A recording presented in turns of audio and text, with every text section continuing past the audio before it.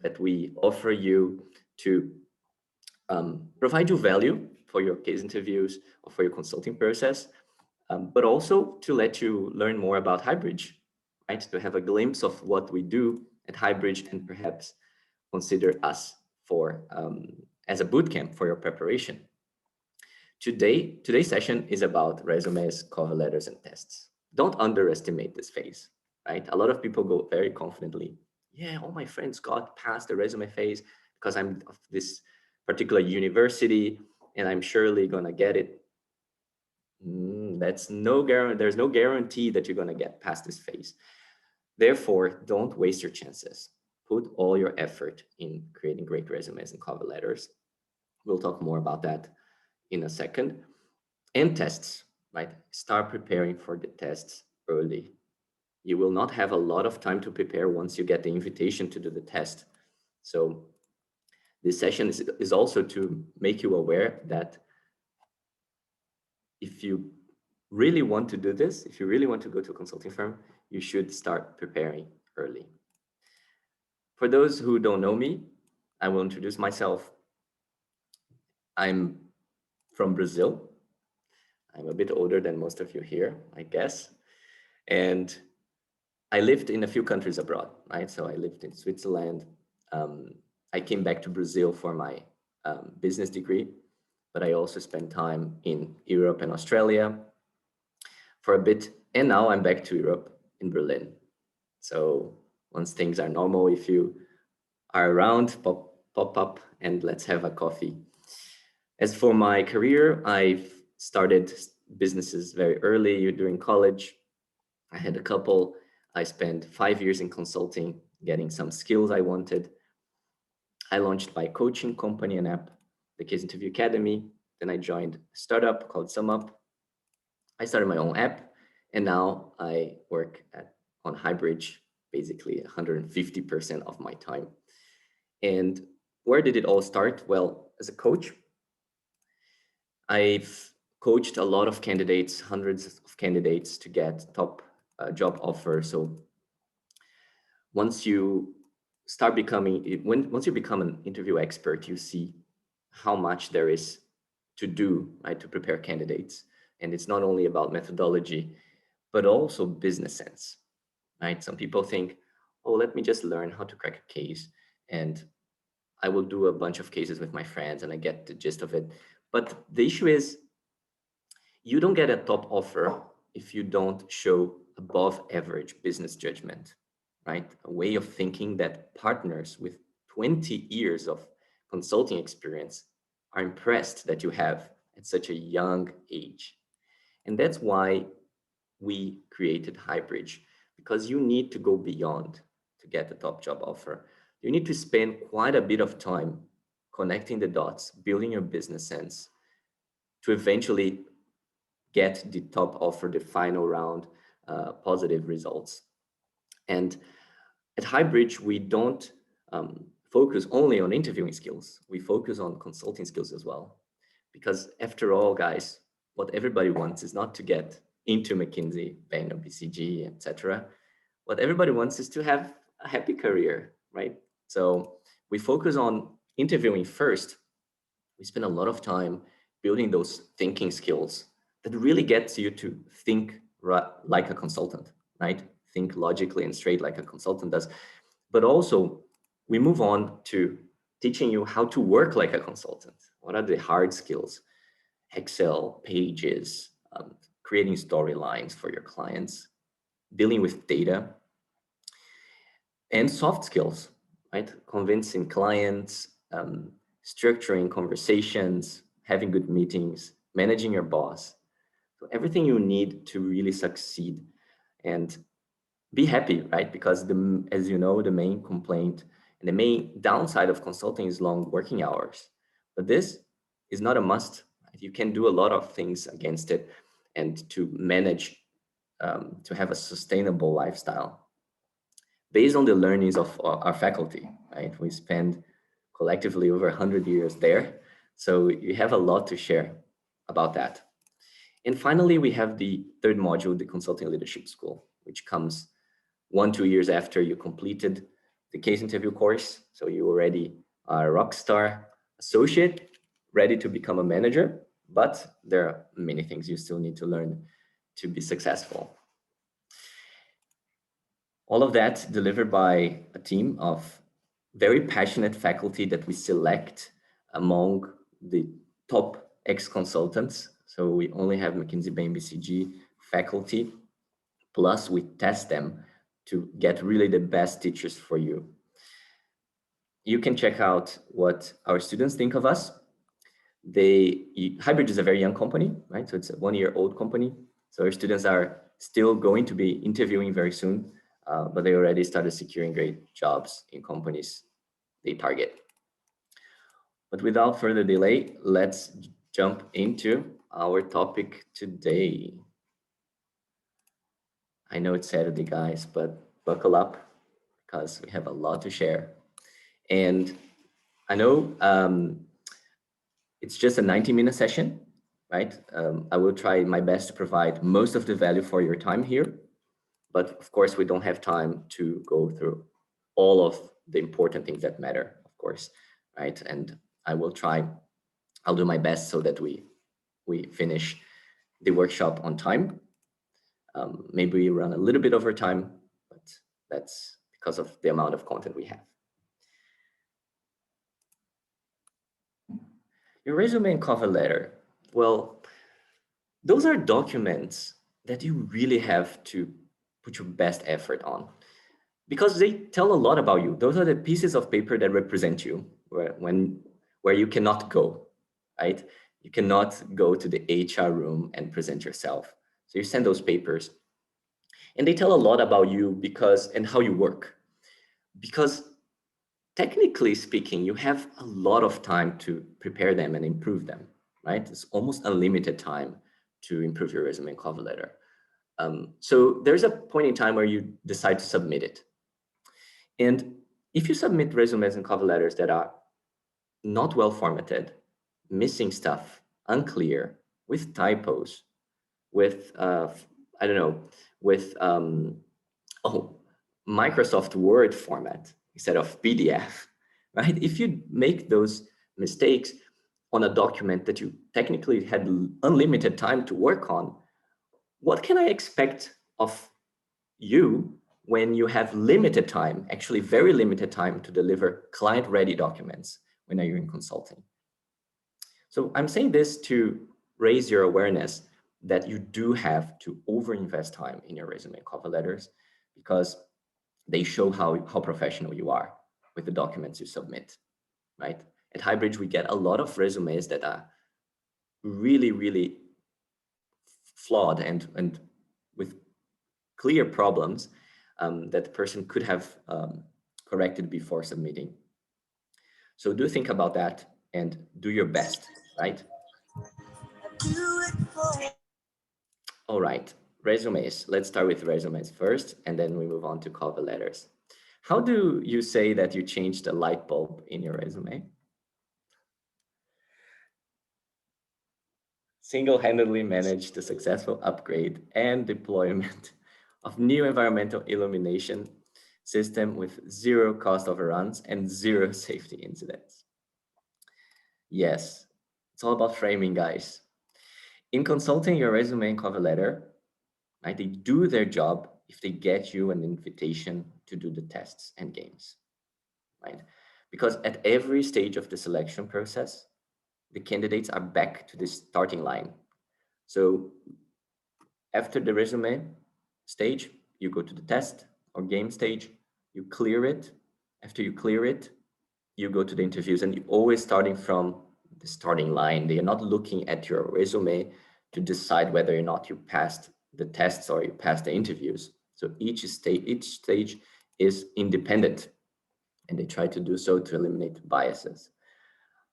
So question for you, what do you think is the usual approval rate in the resume and cover letter screening? What percentage candidates pass that stage?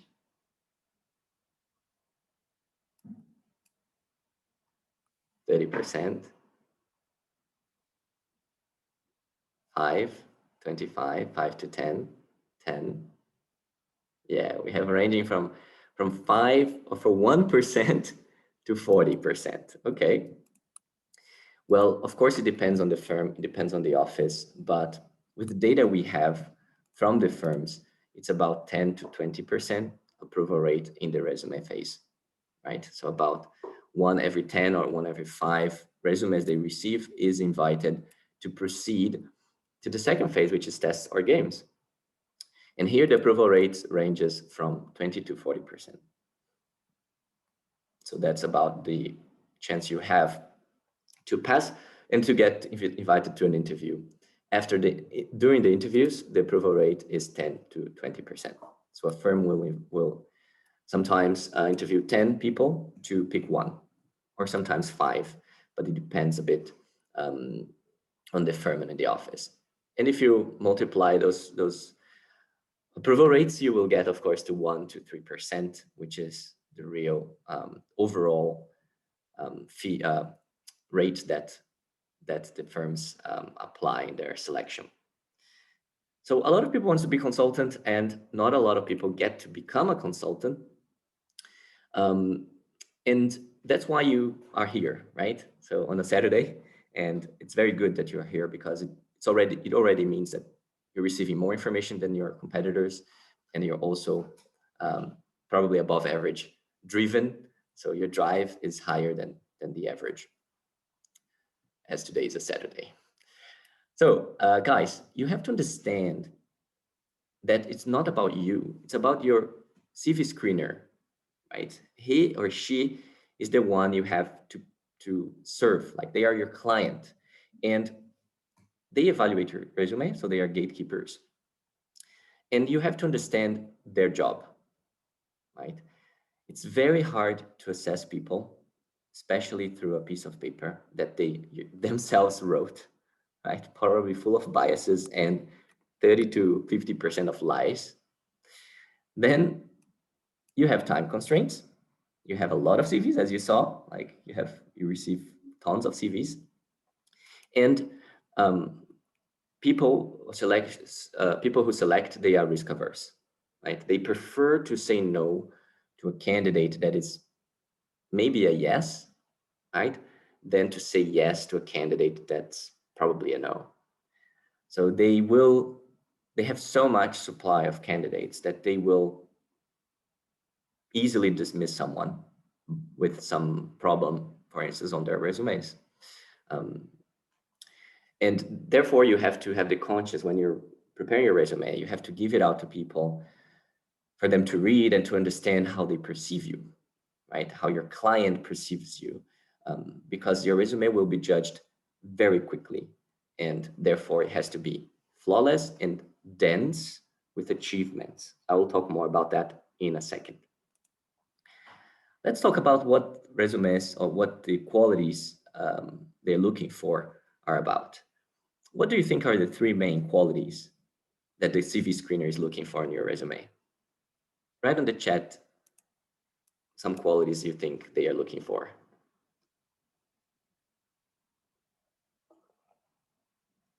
Resilience, problem solving, fast learning, business acumen, going above and beyond. All correct.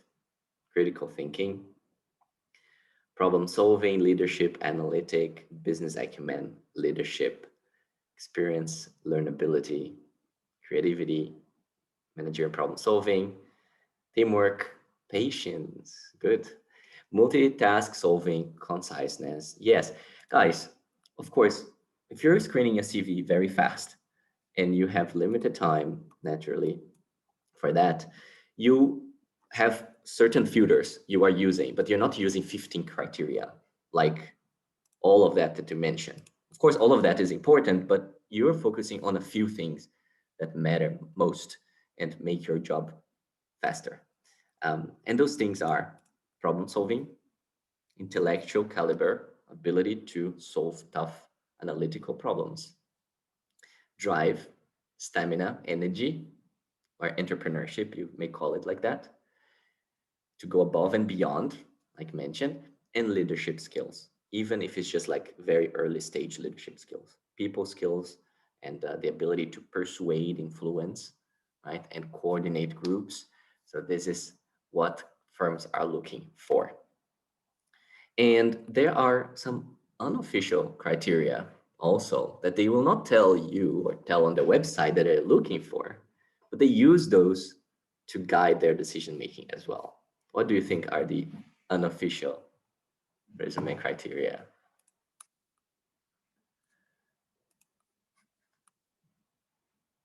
GPA, yeah. What else? University background, top tier universities, entrepreneurship education background. Mhm.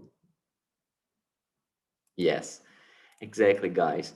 Um, what they look for, right, as they screen CVs is big brands, right? Whether universities or companies, right? Oh, you studied in the University of Cambridge, you worked for Procter and Gamble, of course, big brands, Fortune 500 companies, leading companies in the space, leading universities. So they look for it, but they will never put on their website like we value the top universities and top companies. But they do, because those are past filters you've been through and they say something about you compared to your peer group. Also the grades, right? They don't say like, oh, we hire above certain GPA and so on. They look for academic excellence, but they never put a threshold on grades. And of course, they hire a lot of people who are top 10% of class. But they also hire people who are not top 10% of class. They will always hire people who are above average, right? If you have a below average GPA, you're probably not going to get past this CV screening, at least in the top firms. And they will not say that, but they do value multiple languages, especially the most international firms, because knowing languages make you more staffable. Yes, makes their life easier later, especially in European countries where you have a lot of languages next to one another. So that's it. So your CV is being screened for problem solving, drive, leadership, and also big brands, high grades, and multiple languages. And how do you go about this, Flavio? Like, what should I do now that I know this? Well, I tell people to start planning your resume on a blank sheet. You have an old resume, leave it aside for a second. Don't try to only improve your resume based on what you have for consulting, because you're going to get marginal gains. You're not going to get any breakthrough probably if you're just like improving and iterating small things in your old resume. I do recommend you to rewrite every single bullet on your resume in the right format and with enough reflection. And just to show you one technique at Hybrid, we use the bullet point template in our sessions where we describe the whole situation of that project, of that experience that you had, and we make you think, what are the key things that matter, to synthesize them in a bullet that has maximum 2 lines. And it's incredible how different the bullets are after we do this exercise. People sometimes they like write whatever they remember, what they think people want to hear on their bullets, and then when you start from the story again with your peers helping you, asking questions, etc., you get to a whole different bullet point. So, and much better, of course. So we do start things from a blank sheet. And you can, of course, rescue some things from your old resume later on to this new attempt. And build with it the new resume. We have like 5 key sections on the resume, and they are, of course, the top line with the personal information, then education. Then you have here we have some honors section.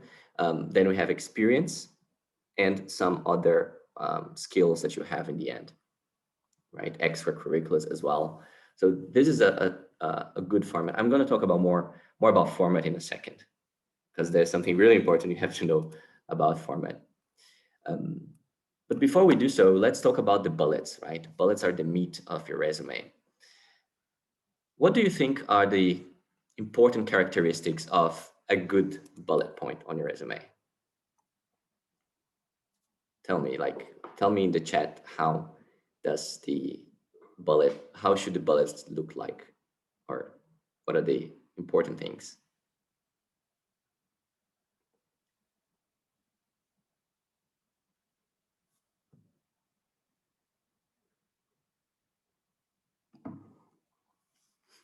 Starts with action words.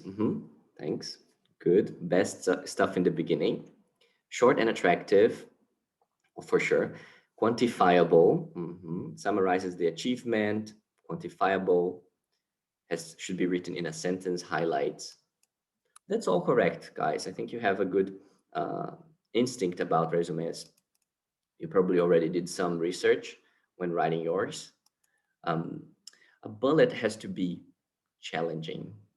Yes, a lot of people start writing bullets that are just about their responsibilities, like what they were responsible for. Like, oh, I had to write this report every week, and I send weekly reports. Does not sound challenging. This is what your job description is. So bullets are not about your activities. It's not about what's your area of responsibility. It's about great stories showing that you went above and beyond the expected. Therefore, they have to be challenging, right? They have to have adversity. They have to be difficult to achieve. And you want as many bullets, challenging bullets as possible, packed in your CV to bring density, right? I want when I see a CV in 30 seconds, I know if that person likes challenges, looks for challenges, and solves challenges. And as you mentioned, it also has to be data driven or quantifiable. So it's fact driven. And of course, quantitative facts, they are usually preferred because you cannot argue against a number, right? If you solved a problem for a $5 billion company that was had an impact of 10% in their revenues, this is of course a fact, right? And then therefore it's preferred. But not only, you can also write bullets that are qualitative, right? But also fact driven. What I mean here by fact is that we don't want your opinion. We don't want to see you. We don't. You don't need to claim that you are curious or you are efficient or effective. This doesn't matter because it's your opinion, and I don't even know you. How can I trust your opinion yet? So that's why you use facts, right, and not your opinion.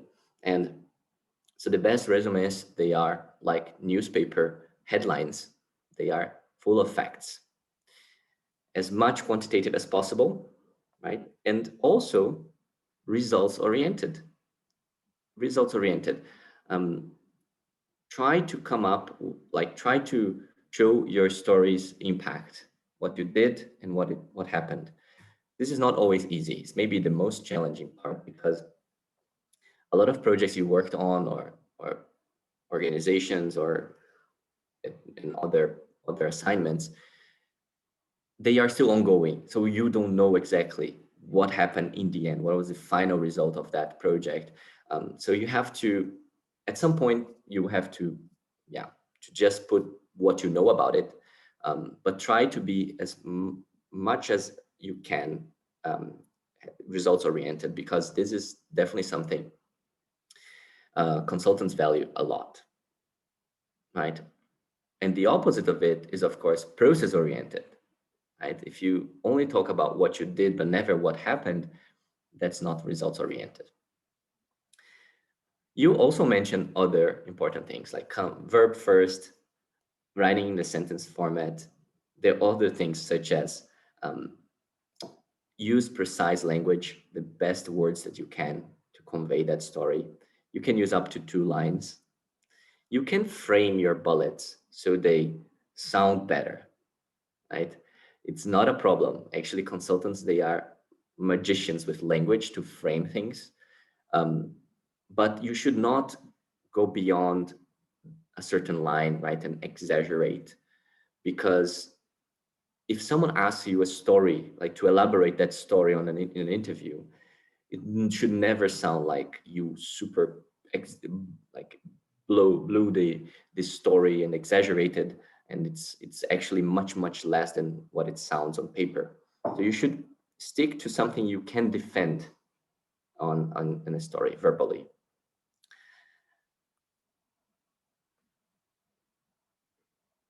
Let's do an exercise. Yes, let's correct some bullet points. And before I jump into that, I saw some questions in the chat, and I forgot to say in the beginning, I'll fish out the questions in the end, okay, so that we have control over the time. But let's correct some bullet points now. Look at this and send me in the chat what you could improve about this bullet. What should you do to make it better? Remember what you just learned.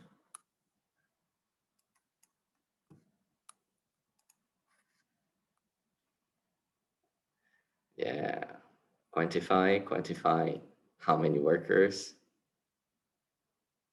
add numbers as evidence. There's one more thing.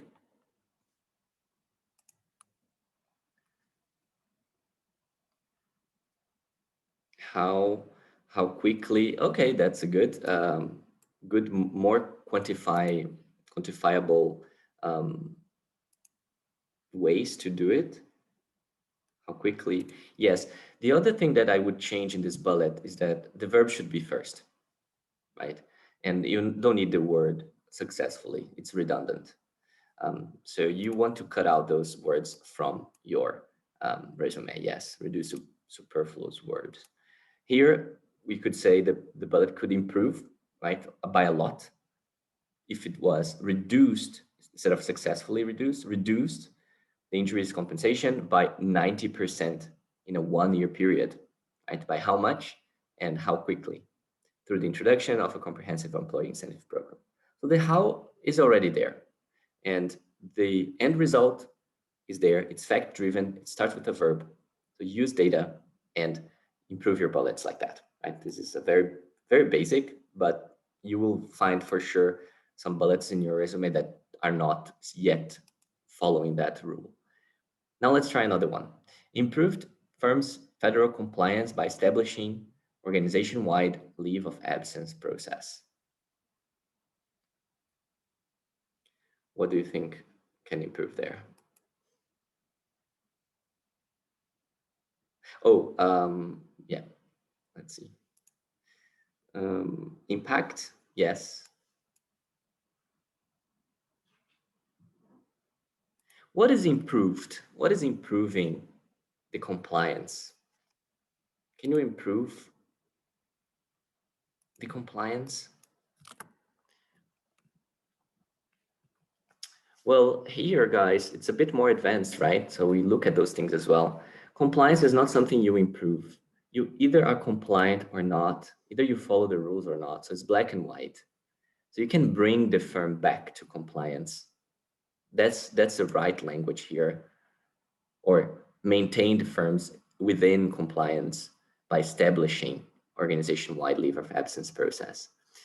Another advanced tip here is that you probably notice the wording seems a bit strange on this bullet because we're missing the articles like a and the, right? Because you can say improved or brought the firm's federal compliance by establishing an organization-wide leave of absence process.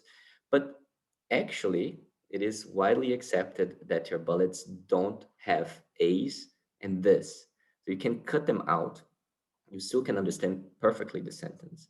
And it saves space. It makes it less wordy and you can fit it into lines. So it's also an advanced trick. Take a look at the A's and this on your resume. You can remove.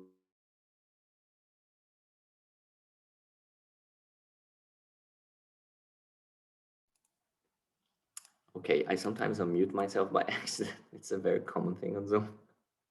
Sorry. All right, let's go move on to a few ways to demonstrate problem solving, drive, and leadership on in your resume. Right? Let's go through them. Solving a problem by identifying some root causes and proactively addressing the root cause, or finding a solution to a problem in a short period of time. Finding an alternative or more efficient solution to a problem. Solving a particularly challenging problem in any engineering or scientific area, right? Quantitative areas, but not only, right? You can solve analytical problems that are not in engineering or sciences. For instance, lawyers, they solve very important analytical problems as well through logic. Creating models, analyzing data, showing programming skills. All of them show intellectual capacity that is useful, right, in solving problems in consulting. Drive, it's all about getting early promotions ahead of time, taking part in volunteering groups, raising funds for a charity, learning languages, taking extracurricular courses, participating in competitions, extra miles, starting the business, starting a nonprofit, putting in some sort of idea into action, starting a website blog, for instance, right? So some things that you can do today if you want, right? If you have the initiative and the drive, you can start something today. You can join a nonprofit, you can start a blog, start a YouTube channel, anything, guys, showing that you're not only going to school and taking exams, right? You are doing way beyond that. And if you already have work experience, you show that you're also always a step ahead, right? You're top of your class, top of your cohort, getting early promotions. So you are a superstar. That's what Drive is about. And leadership, leading teams, having positions of responsibility in clubs or societies, or leading teams at work, showing evidence of managing people, for instance, an event that you organized or something, right? So those are just ideas for you of what demonstrates problem solving, drive, and leadership skills. And a lot of people come to me and we look at their resumes and they don't have enough stories for one page even to show those things. And that's very normal, right? And that's very, very surprising for people sometimes. They just realize, oh, I should have been doing more, perhaps in the last couple of years. Yes, probably. Because there's a lot of driven people out there doing a lot. But it's better to discover that early, that you need more powerful bullets and intentionally go get some trouble to craft those, right? Get in trouble. If you don't have enough projects, extra miles, leadership experience, there is infinite opportunities for you, especially with the internet, and you can start great stories for sure. Oh, by the way, parenthesis, at Highbridge, we're always recruiting interns. So if you want, if you're interested in working with us, you can also send us an email and we will check if we have something for you, interview you, and so on. And you can craft a great story with us as well. But apart from that, guys, the message here is that going to a top consulting firm sometimes is not a 3-month plan. It's not something you're ready for already, but it's a long-term plan. And maybe you're going to go and the next 2 years you will prepare and then you get into a firm, a leading firm, which will change your career forever. Like if your career is 40 years long, it's totally worth it investing those couple of years. But you do need to invest in crafting great stories, right? You have to go past this. For instance, you can write something like this on your CV: led a holistic digital transformation with C-suite of multi-billion Fortune 500 company by helping the CEO unmute his Zoom. By the way, guys, I love to connect on LinkedIn with smart people who are driven and come on Saturday for a session with us. So I'll share here in the chat quickly my LinkedIn so you can send me hi. Let me see how we are with time. Okay, I think we are super on track.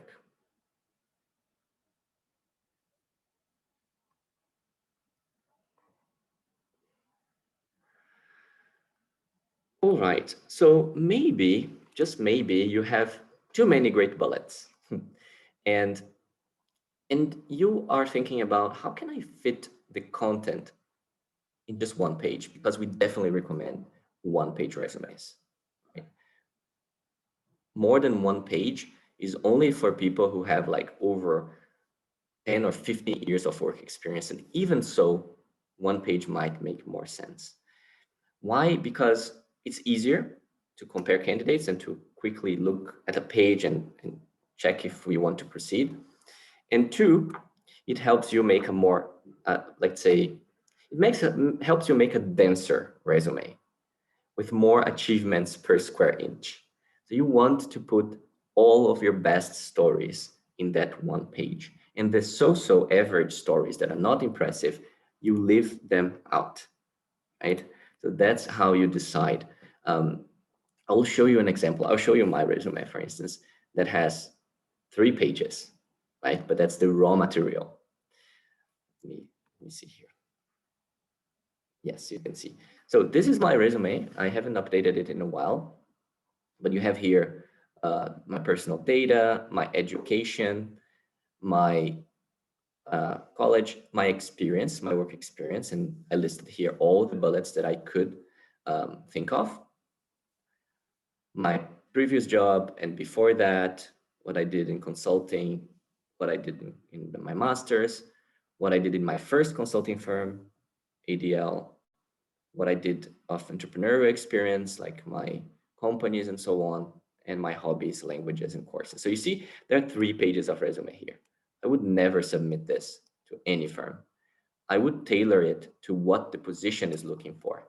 If I'm applying to a consulting firm, I'll probably minimize everything else but my experience in consulting. And I'll delete the bullets that I think are not so strong. So in the end of the day, you want to have a resume where you always are adding bullets from your stories. And you're cutting the particular parts that you want to show, editing your resume to a particular position, right? And that's the best advice I can get you. And Flavio, so what else? How can I choose the right bullets? Well, no mystery. What are the bullets that convey problem solving, drive, and leadership, right, in the most balanced way possible? You don't want to be, for instance, if you have a lot of problem solving, you solved a lot of problems, you create a lot of models, you can code, you created an app, you did a lot of problem solving stuff. You want to balance that out with some other things, right? Like leadership skills, like team skills. There's no team at all or teamwork on your resume, you're probably not gonna make it, because there's a big risk that you are not a team player, and therefore they will not select your CV to proceed, right? Again, they have a lot of CVs to check, to choose from. What about format? We talked about it before. Your format has to be great, right? But it doesn't mean it should be innovative, creative, full of graphs and colors and little dots to show how much you can speak English.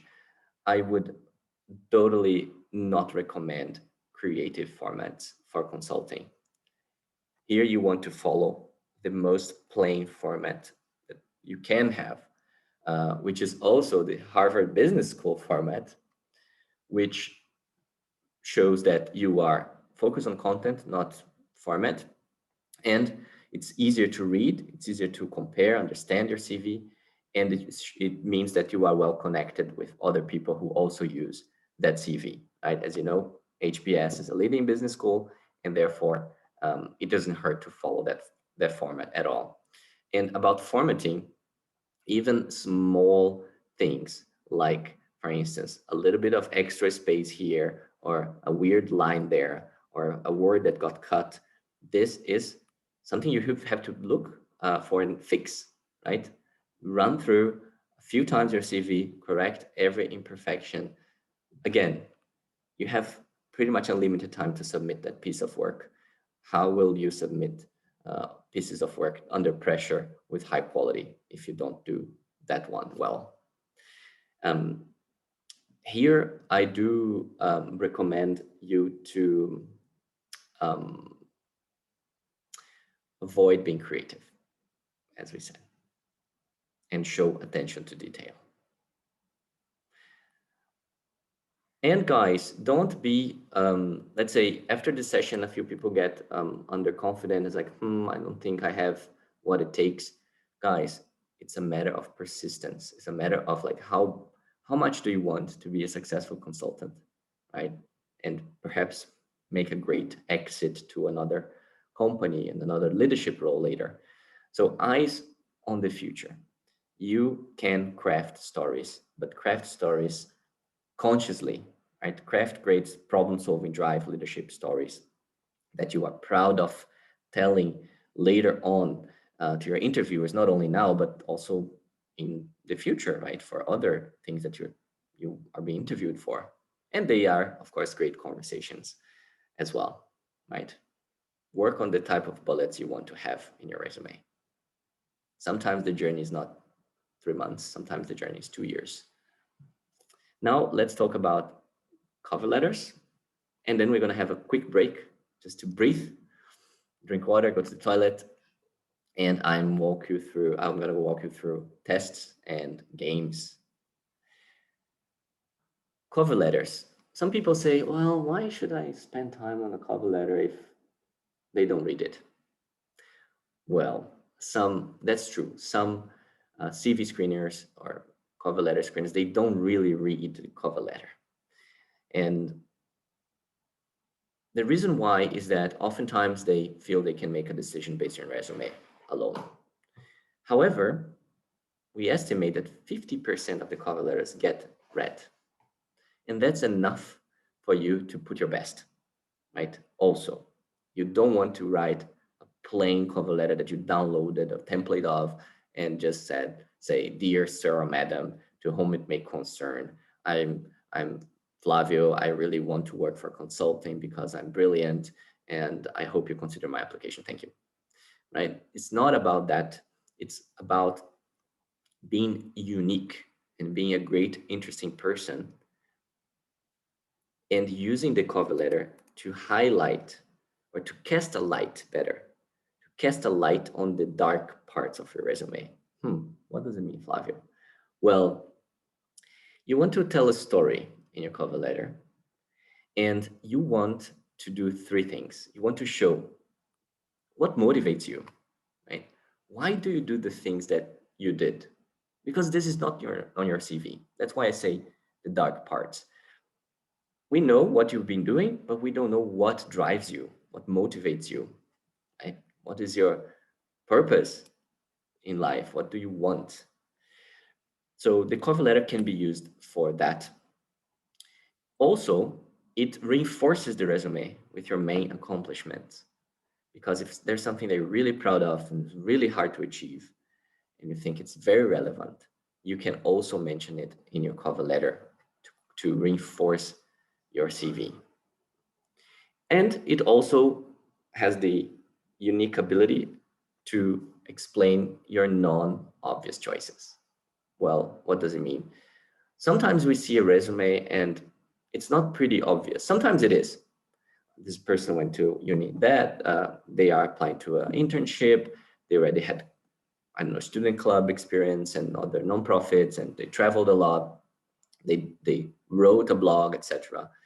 And this is clear, that doesn't really need explanations, but sometimes there are resumes and life stories that are more like zigzags, right? People who are doing, I don't know, a PhD and now they want to become a consultant. That's not always obvious why. There's a lot of people doing that, but you might need to explain your motivations. Why are you not staying in the lab and doing some science, right? Why do you think your call is to go to to organizations and solve problems for them? And also like career switches, like sometimes you are working in one industry and then you go to another one, and another one is like, what is going on? What are you trying to do? You can explain it in your cover letter as well, right? So cast a light on your resume. Final tips for cover letters before I take some questions is that the cover letter has to be insightful. How do we make an insightful cover letter? Well, there is a technique. You can ask why 3 times, or so what 3 times. So you can say like, oh, I want to work for company Y, company X. And then, so what? Why? Well, I want to work for company X because you are a leading organization attracting the best talent. Okay, so what? I believe that I will grow the fastest if I am working with the best talent day in and day out. If I'm immersed and I see them in meetings, I see them doing great work, talking to clients, managing problems.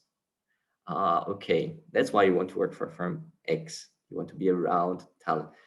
You see, double click and go deeper into what you're saying so that you yourself go through this reflection and think about insightful things about the motivations you have. This is about content, about format. We do like to present things on the pyramid format, which is basically a top-down communication. We teach that at Highbridge a lot, written and verbal. You practice so much this that in the end of the bootcamp module 1, you are speaking completely different from how you started. And this is something for life, actually. And we hear a lot of candidates saying, I just started thinking so much more clearly, and I can structure what I want to say beforehand. Improvising, right, without a lot of preparation, and it makes everybody understand you much faster and much quicker. Well, those are the same things. But I do recommend a cover letter to be written in the pyramid format. First, what is the answer, top-down answer, and then the arguments for it, right? Be upfront and structure it as answer first.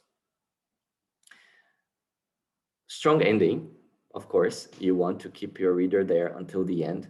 So don't start rambling and saying like, that's why I want to work for a company. Why? So say something really strong, interesting, that keeps your reader engaged until the end, right? Strong endings are much more memorable, and you can always stand out if you work on the ending. Oh, this is just a piece of our course, of our brochure, just to give you an idea of what we're doing here today. So we are looking into just a little tiny bit of resumes and cover letter workshop. It's much longer. It's actually in total probably like 3 or 4 hours of resumes and cover letter just on that topic.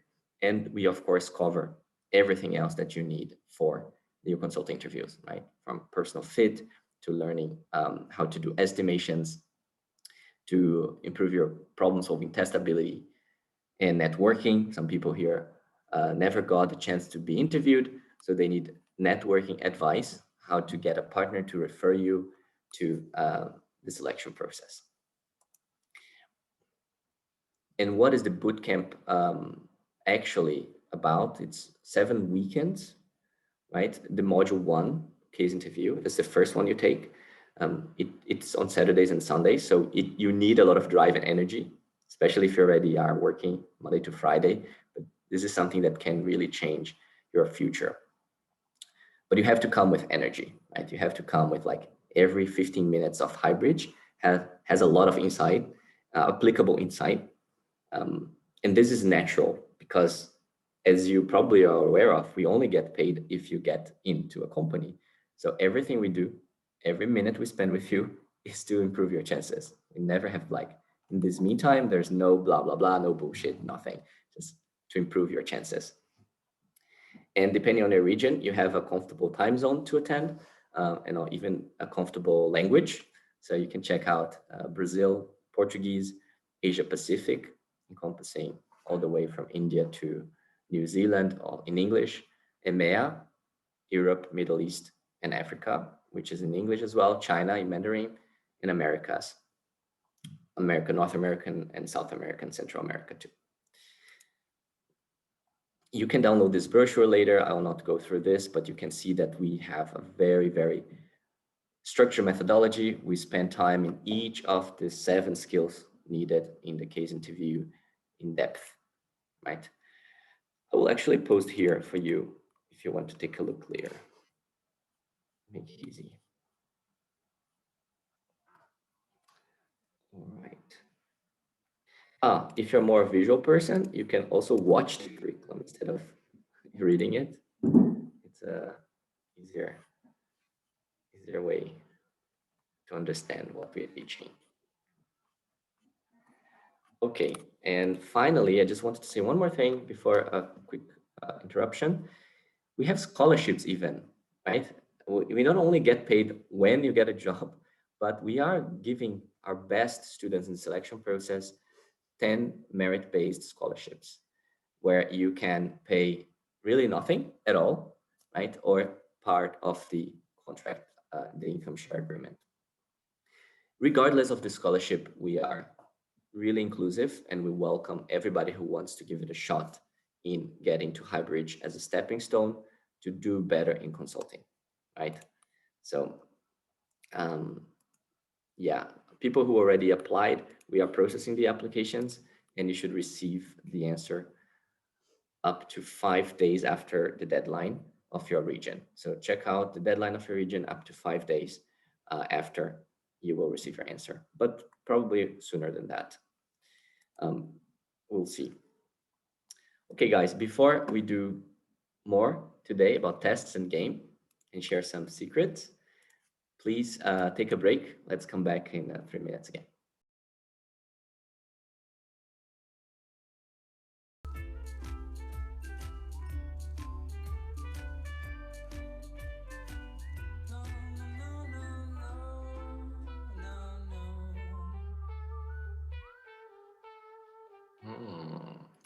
Alrighty, it was a short break, guys, because we only have about 30 minutes left. But I will start taking some questions from this section, and then we move on to tests. Let's take a look.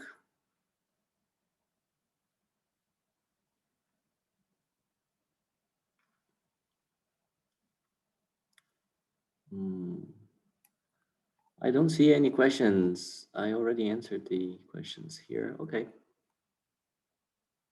Oh yeah. Does the resume have to be in PDF, not Word? Yes, it has.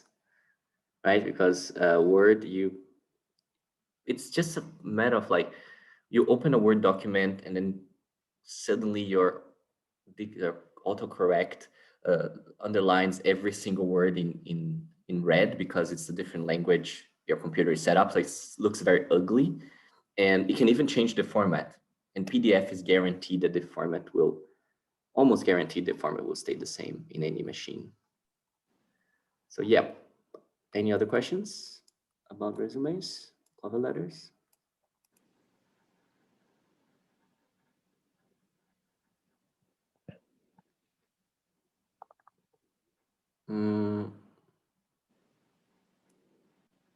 Yeah, so I see people asking about more resume advice and correction. So I think, yeah, we don't provide external services in resumes, and you need to be a Highbridge student to access that. Why do you limit the age of applicants to 36? Well, because our range is the analyst and associate levels. It's very, it's pretty much the oldest candidates we've seen being hired in those levels, right? At least for the consulting firms we are targeting. But guys, let's we do open up exceptions, so you can write to us about your candidacy as well. Let's open up then our second part, which is the tests, right? I'm going to talk a little bit about, so the recruiting funnel we already explained, So we're going to look at the types of MBB tests. If you don't know, MBB means McKinsey, Bain, BCG. We'll take a deep dive into the BCG and the McKinsey tests, right? Those two ones. I'll also talk a little bit about Bain's. So the test for the assessment, starting with BCG. So Boston Consulting Group has been applying an online case for quite a while now, right? In this case, you sit at the computer at home, for instance, for 45 minutes, and you answer about 23 questions that consist of a real life business case, right? Probably a past project, a little bit of what BCG has been doing with clients. And you end that online case with a recommendation. So you really play the consultant here.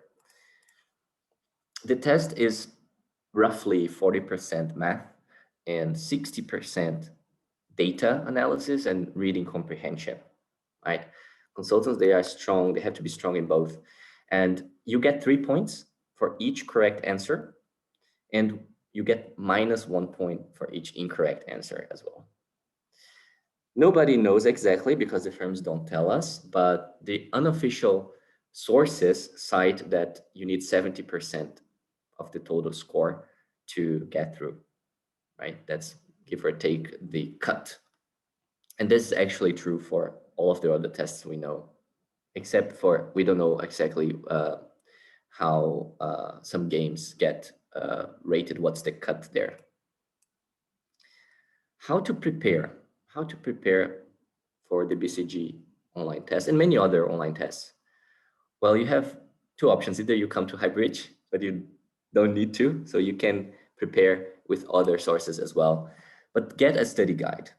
We recommend you to practice math problems, graph analysis, critical reasoning, reading comprehension. Basically, if you know that, it's the GMAT, right? GMAT questions help you. So study formulas and arithmetics in math, and also reading comprehension, critical reasoning, and integrated reasoning, which is the newest part of the GMAT. You have a lot of materials available. And one tip I give to candidates, I really think this is the best way to prepare, is focus on quality. Focus on understanding each question really well. And if you get it wrong, why you got it wrong. And only later in your training, you can focus on speed, right? You do speed up because you will have a time limit. Quality first, then speed. The problem with those tests is that they don't really check from the firm's standpoint, they don't really understand how you got the answer from A to B, right? How you got from A to B. So it's very hard to assess how you think. And multiple choice and tests, you can have luck involved, right? Sometimes you just like randomly choose the right answer and they don't know how you got there. So that's why firms like BCG, but also Bain, are requiring their candidates to use or to take the pi metrics test, which is made by another company, third party company. And the pi metrics, they measure how, for instance, you learn, how you process information, and how you react to different interpersonal situations, right? This is definitely something that the pi metrics tests are looking for. From another angle, you are being measured on your social abilities, your emotional abilities, your cognitive abilities as well. But there's no right or wrong, right? It's pretty much an assessment and to see how you score in different dimensions. There are 12 mini games. They take 1 to 3 minutes each, and they can be very fun, right? So it's sometimes it's like a really good experience. You spend a bit over 20 minutes doing it. And that's what the parametrics is about. I'm going to deep dive into the traits they are looking at in this test, but just a parenthesis of why are the firms using that, Flavio? Well, with Pymetrics and the like, you can assess more candidates You can assess them remotely, right? There's no real reason, there's no real leakage here of information because everybody's going to play the games differently. It's very cheap to apply to a lot of candidates. So you end up opening up possibilities of hiring less conventional profiles that could do better on a business case, on an online assessment, a conventional online assessment. So if you are not from a typical background, Pymetrics helps you, right? Because it's bias free, right? So no matter what you studied or what you did in the past, it's a series of games. So it will test for how you think, how you solve problems, how you interpret, also how you deal with your emotions, and so on. Okay. In the end, at the end of the test, you receive your personal profile, normally shared with you and shared with the company as well. And of course, they look for some traits more than others. Here on the screen, you can see all of the traits that they are measuring, and I'll pick a couple just to show you an example, right? For attention slash and focus, right? It's both one, attention and focus. Here, they're testing it because consultants, of course, need to be able to drive analysis from the problem formulation to research and finally the recommendation. And this requires a lot of focus, a lot of attention to detail. But also, being a consultant is dealing with clients all the time and teams and difficult, challenging situations as well. So you need emotional intelligence. You need to be able to read body language, read facial expressions, right? So that you can better understand the person you're talking to and be able to fight any resistance and persuade them. So you will find some, it's very important dimension for them to test. And so on. There are other traits as well, as you can see here. And the games that you are gonna play, for instance, is face reading, so testing emotional intelligence. You'll see someone's face and give a little bit of text information so that you can determine that person's emotions. Oh yes, they're looking for people who can read even small facial expressions that show that people are disgusted or enthusiastic, surprised, afraid. So reading the face of your clients is actually a skill in consulting. And you can also play something to test, for instance, your risk tolerance with a balloon pump. You earn coins or points by pumping air into a balloon, but of course, it can blow up at some point, right? The more you pump, the more the probability it will blow up. So they are checking how willing are you to pop the balloon for getting more money. So, and here I'm sure they are not looking for the most risk averse nor the most risk loving people. They're looking for the right risk tolerance expected of a consultant, right? And so on, right? So you have other games as well. For instance, you might have to show cognitive abilities of memorizing digits of a number, how many digits you can recall correctly. In a negotiation, they check your fairness and generosity. How do you transact with others? How do you distribute money across a group to check if it's fair or unfair, and so on, right? So it can be really fun, and actually you can prepare for it. That's the part that is most interesting. So how, Flavio? Well, you can use brain training apps, right? You can, for instance, download apps or go to websites like Peak, Elevate, and so on. There was another one, I forgot the name, I used to do in the past. So you have some games that can make you cognitively faster and readier. But also, you should look the website of the consulting firm that you're applying for. Because if you put yourself in the mental mindset of that particular person they're looking for, it is more likely that you're gonna get the dimensions right, right?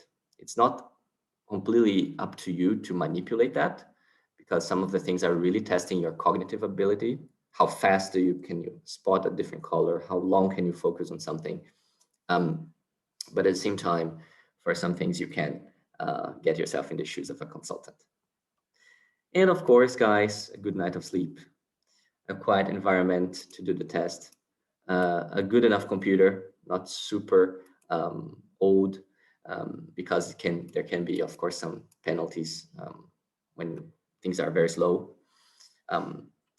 Understand the instructions, so spend time understanding the instructions of the game, and why not have some coffee to be really alert and really at your best when you take the test, right? If you're really slow in the morning, avoid mornings. If your peak is in the mornings, do it in the mornings. So find out where are you at your best. And that's the tips for Pymetrics. Great. Lumosity is the name of the app that I used to use. I don't know if they're still around, probably. Now let's talk about McKinsey PSG, right? Problem solving game. Previously, the firm has applied the PST, problem solving test. But for the same reasons that I mentioned before, they supplanted the PST by the PSG. And to recall the reasons is that, well, the tests, they favor one type of candidate, the business economics background. They also you can be fully prepared for it. You can study a lot and get past it. So you can game the system. And they wanted to have the scalable way of selecting a bigger pool of candidates, right?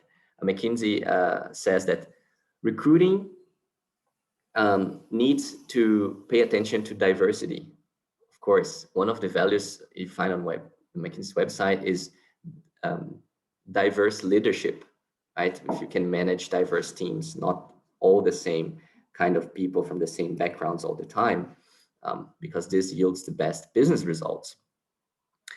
So that's pretty much why Embellis or the PSG, right? It's called Embellis because the company supplying McKinsey is named Embellis. Why the firm has rolled out. They've been testing it since 2017, started in London. I remember they were testing it within the firm as well, so making their consultants play the game to see what is the score within McKinsey to compare it with the score of candidates coming from outside. And by now it's rolled out in almost all, or if not all, locations globally. So you have to go through it if you're applying to McKinsey, and some of you have. What is the PSG about? Well, it's a 60-minute test. It can be a bit longer though. You have tutorials first to learn the rules and how to play. They are not timed, so you can spend as much time as you want understanding the game before. And then you're presented with 2 games. You are entitled to decide how to allocate your time in each of the games. So, and the rough split of 30 minutes and 30 minutes is recommended. The PSG measure a lot of variables, right? We know that even mouse movements count, because if you are like shaking your mouse a lot and going in a lot of places, it means like probably high levels of anxiety. That's just my assumption, but you have to be careful with that as well, right? To be very steady and firm and decisive on how you move your mouse. Some news is that we at Highbridge, we're building the most comprehensive guide about Embellis or PSG strategies. And if you've taken the Embellis in the last 3 months, do write me or write the team, because we want to interview you, and you get some rewards for your time to explain, either if you passed or not. It's very useful for us that you explain your experience at Embellis, but it has to be in the last 3 months. Let's talk about the games themselves and give you some hints.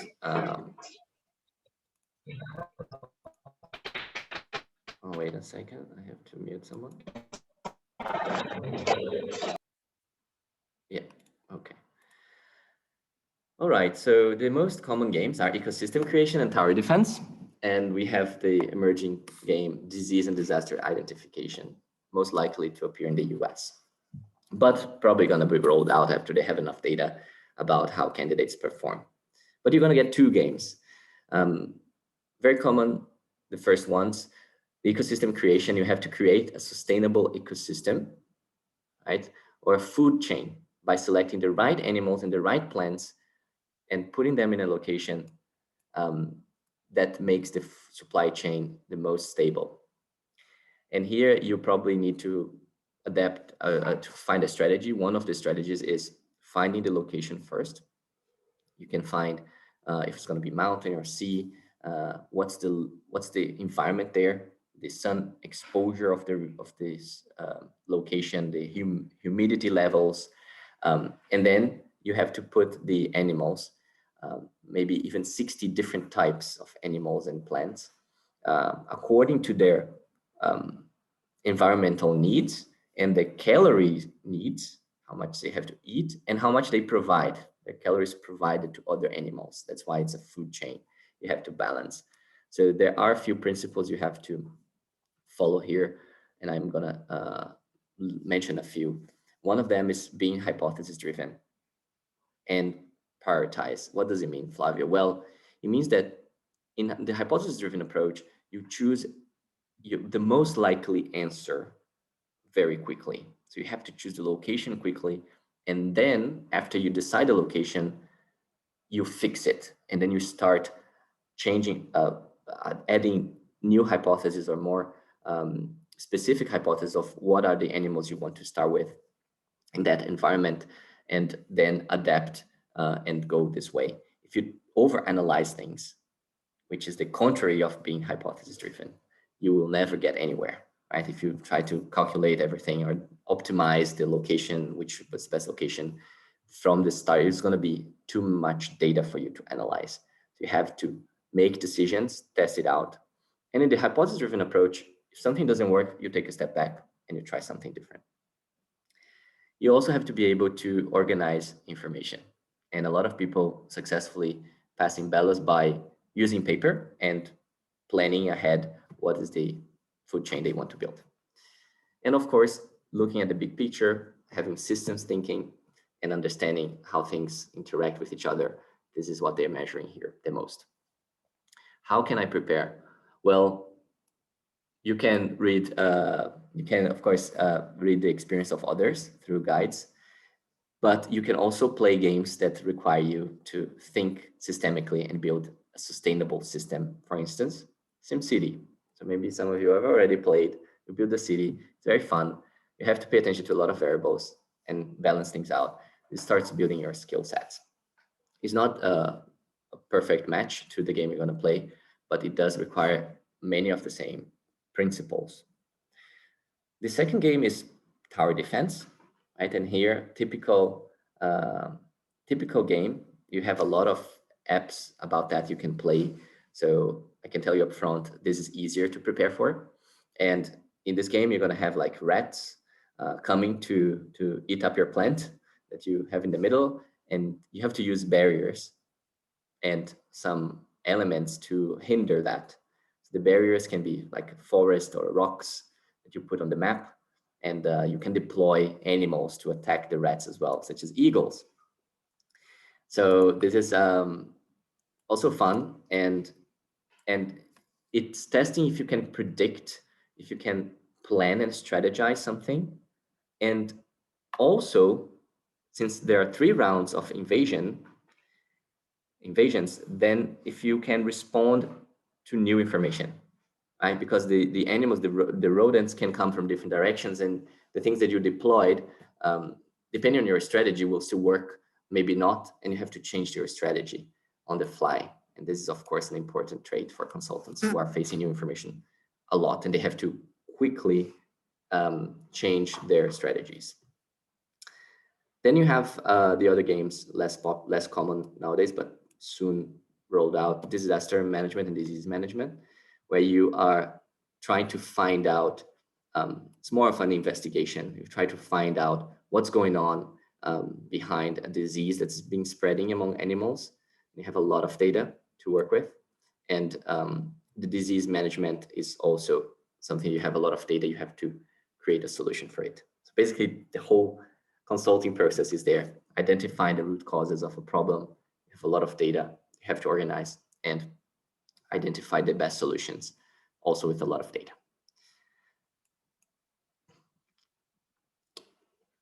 But Flavio, what are they looking for? That's the big question, right? How can I get better at playing those games and make sure I pass? Well, think about what the qualities of a consultant are. Of course, it all starts with critical thinking. Consultants have to be very sharp and logical when solving problems. They have to make decisions fast and using hypotheses. They need metacognition of, you have to understand what you are, probably the signals you're transmitting by your actions. You need situational awareness, which the situation can change all the time in that environment. Systems thinking, how things influence each other in a complex system. Cognition, so how fast you process information. Adaptability, again, as I said, we said new factors, and creativity. So these are the core skills that they're looking for. And of course, they have a complex rating system for those games. We're still trying to crack this, but you can already step into those games as and more prepared than the average candidate who does not prepare anything. And what's the best preparation? So start early, because when you get the invitation to the game, you only have 7 days to do it, usually, up to 7 days. So you have to start perhaps a month earlier than that, understanding the principles, reading the websites of the companies very well, and playing the games, right? Playing the games that I mentioned. For instance, Tower Defense, SimCity, and other games that help you with systems thinking and Tower Defense. One example is Plants vs. Zombies for the last one. Good. And for the tests, of course, GMAT, it's also a great practice, and you have also simulation tests. There are some resources that you can find online. In the end of the day, it's all about, as I said, preparing quality first and then speed. Doing cases helps too, because cases help you get the mental agility, get you more comfortable with making estimations, right? Doing mental math and running through like some ranges, math ranges in your mind fast. One important caveat is that if your friends did take the test, don't try to understand exactly what they did and recreate their food chain, for instance, because the numbers can change and will change every time, right? So numbers change. So read the instructions carefully because conditions change as well. So the game is constantly evolving. Don't step into it thinking, I know exactly what I have to do. Read everything through to understand it, because they might have changed some criteria as well, right? They are still developing this. All right, let me get any questions. Let me see here.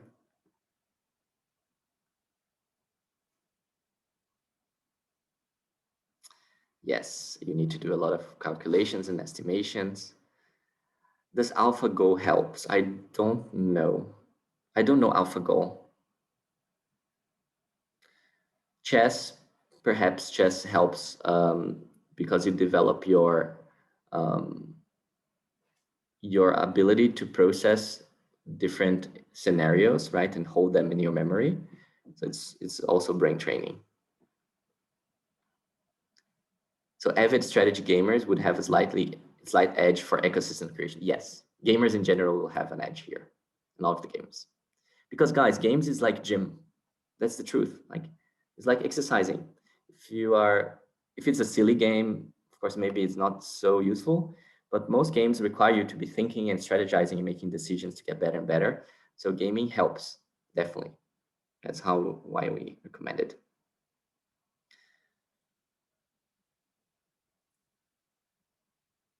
Yes, excellent, guys. So exchange your experiences and your advice as well for others. Let's help each other. As for the next events we have, so tonight If you have a friend that didn't attend today, you want to recommend them this session, they can come tonight at 7 p.m. Central European time for the same session. And we're gonna give another session in about 2 weeks time, which is the detailed step-by-step guide for mastering the case interviews. Also, a lot of non-obvious important tips that you can take home. Yeah.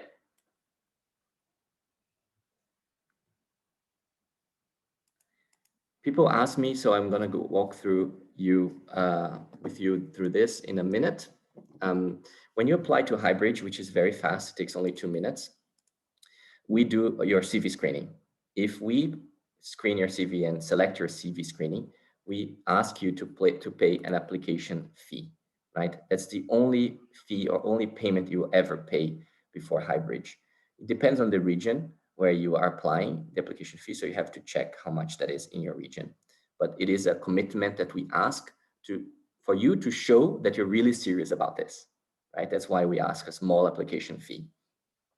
Then we have a video and online test, which is very simple, 10 questions, very basic, not as stringent as the consulting firms, but you need to present yourself in your best light. So do get prepared because Highbridge is competitive to get in as well. Then we have a 1-hour interview face-to-face.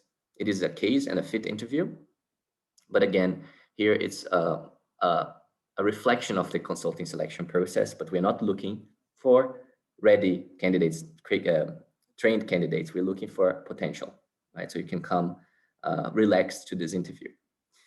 If you are a fit with us, we do offer you a seat at Highbridge, which is a very happy day. You come and meet your colleagues, study for 7 weekends. As we said before, on the immersive case interview course, you will learn how to think like a consultant. You get business sense. Some ex-consultants, very senior consultants, will come and walk you through projects they did so that you learn how they solve problems. And all of that is material for you to impress when you have your consulting interviews. And hopefully you get a great job offer. That's why we work so hard. And 1 to 4 months after getting the job offer, you are welcome to join any of our cohorts doing module 2. There are several. You come, you get the consulting readiness program for 5 weekends. And this is included in your contract, right? Once you trigger the contract and you activate your income share agreement contract, you can come to module 2. And this is so important because it really sets you up for success. You might be shocked, but if you go to McKinsey, BCG, Bain, they only give you a very light training in the beginning. It's very light, it's super basic, maybe 20 hours long, very chilled. And you don't really learn the true ways to manage your manager or the real ways to create pages and model and so on. And that's why we take the time to prepare you before you join and start a job. Then you start a job, you start paying your ISA. You can pay it in installments, right? So it makes it light for you. Then after a couple of years, you can come back to Highbridge. It's included in your contract to attend the Consulting Leadership School, which is to prepare you to be a great manager, right? It's not obvious. If you're a star associate or star analyst, it doesn't mean you're going to be a great manager. So you have to learn and practice and have a safe environment to ask questions to ex-consultants so you do great at your firm. So Highbridge, guys, is built to help you succeed. It's not a quick material, a quick way to get in an interview and that's it, with quick, dirty tricks. It's something that makes you prepared to rock. We want rock stars. We want you to do better than we did. And that's it, guys, for today. Let me just check if there are a couple of questions.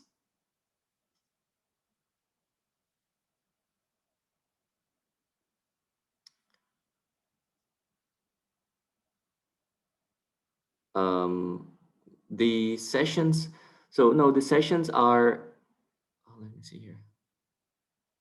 Oh, sorry, there's a mistake here. 9 a.m., right?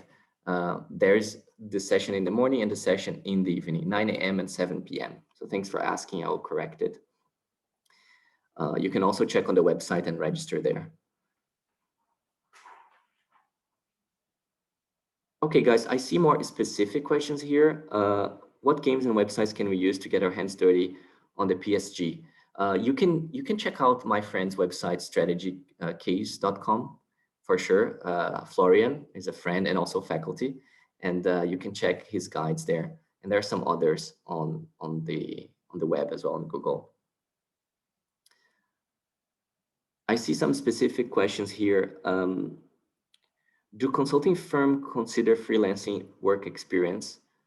It depends. It's a very big question. It depends on a lot of factors. They might, right, or might not consider it. So it's a very specific one. It depends on the firm you're applying to, and it depends on what this experience is about.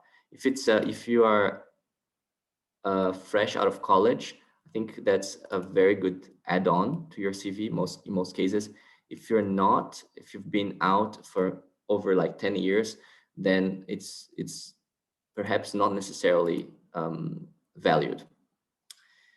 Okay, guys, thank you so much for coming. It was a pleasure. We hope to see your applications at Highbridge or see you later in other free workshops. Thanks a lot and talk to you very soon. Bye.